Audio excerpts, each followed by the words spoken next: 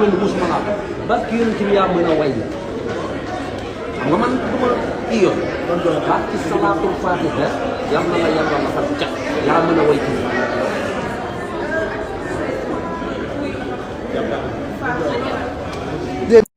Sur le plateau, on a tellement parlé de toi. Titi, tu as rehaussé cette belle salle-là. Comme d'habitude, nous sommes fiers de toi. Il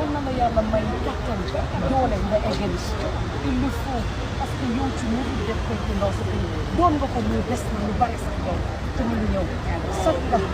vraiment content. Laula, merci. Inch'Allah. Merci beaucoup. alxuraanu karim ñaari baadoo yi ñoo jàpp seenu Bercy bi wal ba mu mel ni dégg yow mel ni Titi ak Ngaaka mel ni waa dio bi ak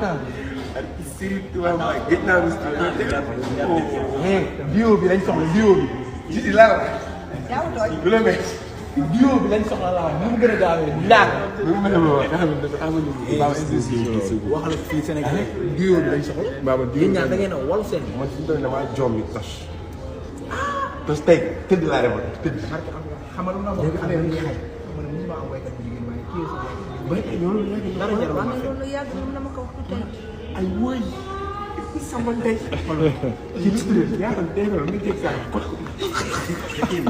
loolu lay